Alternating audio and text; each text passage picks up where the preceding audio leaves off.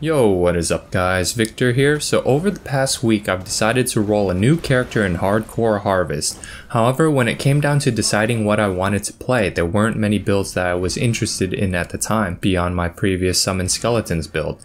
After some thinking, I remembered there was a build that I once played and really enjoyed back when I first started playing Path of Exile, and this was LiftingNerdBro's Ancestral Warchief Champion. LiftingNerdBro was one of my favorite Path of Exile content creators back in the day, and I really got excited over the notion of testing out an old build that I once enjoyed. After I had done some various tweaks in Path of Building to integrate this build into Harvest, I was ready to start my first hardcore character of the league. Starting out in hardcore was not too difficult with this build since I could just level to Act 3 by using Ground Slam, which I later changed into Sunder, and Ancestral Protector. Once I reached Act 3, I allocated the Ancestral Bond Keystone passive, and switched over to using Ancestral Protector for the rest of the acts. Luckily, I was able to purchase a 4-link Edge of Madness at the time, which made leveling a lot smoother since I didn't need to focus so much on upgrading my weapon and could focus entirely on upgrading my gear for survivability. By the time I reached Blood Aqueducts, I had 5-linked my Edge of Madness by taking advantage of the harvest mechanics and was well on my way to reaching the mapping stage. After farming out Blood Aqueducts for some time and over-leveling my character to about level 70, I continued onward with the axe. When I reached the quarry, I decided to start farming out T1 seeds by spamming instances in order to sell the seeds for an Exalted Orb and purchase upgrades.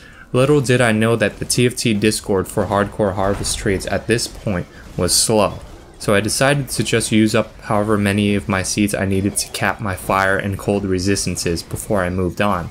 I didn't have quite the patience to cap lightning resist too, so I just ran a topaz flask until I reached maps. By the time I had reached maps and got some T1 maps under my belt, I had around 15 chaos to my name and was able to purchase some rings and amulets that capped all my resistances and provided me with the necessary dexterity to level my skill gems. So that is about how far I've gotten with this build over this past week, and I definitely could have progressed at least to yellow tier maps, but because I was putting more of my focus into constructing my Pure Fizz Skelemancer guide, I couldn't pour as much time into furthering this build. In terms of what I thought and how I felt about this build, I definitely feel that it is hardcore and even hardcore solo self-found viable.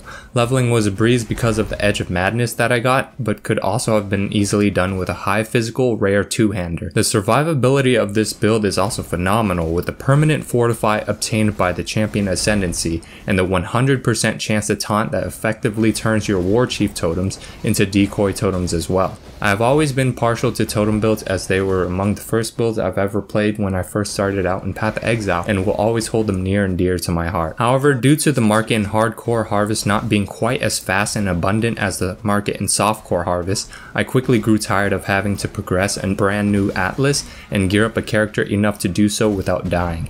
As things are right now, I think I may be retiring from this endeavor in Hardcore and returning to Softcore. It's just much more satisfying to me to be pushing out more content and potentially more builds in Softcore, since I already have substantial progress made in that league, and not needing to dread the process of spamming whispers to 50 people before I'm able to settle on a trade to buy a half-decent upgrade.